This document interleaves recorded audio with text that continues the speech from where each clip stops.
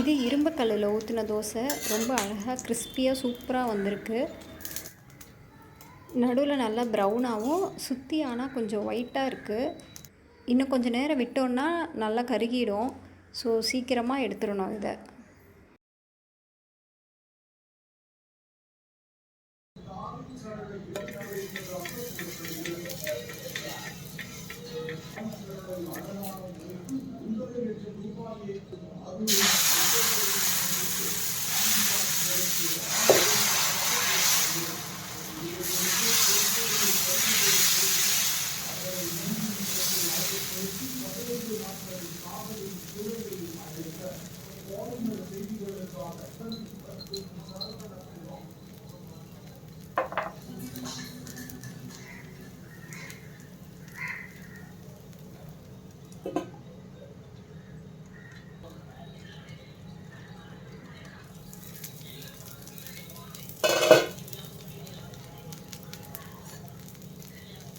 இது இண்டோலியமில் ஊற்றின தோசை. இதுவும் பார்த்திங்கன்னா நல்லா சூப்பராக கிறிஸ்பியாக நல்லா அழகாக வந்திருக்கு.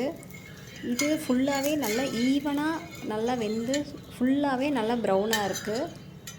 என்னை பொறுத்த வரைக்கும் 2 கல்லுமே சூப்பர். டைமிங்னு பார்த்தா இரும்பு கல் கொஞ்சம் ஃபாஸ்ட்டாக தோசை முடியுது இண்டோலியத்தை விட. உங்கள் வீட்டில் நீங்கள் எந்த கல் யூஸ் பண்ணுறீங்கன்னு கமெண்ட் பண்ணுங்கள். தேங்க்யூ.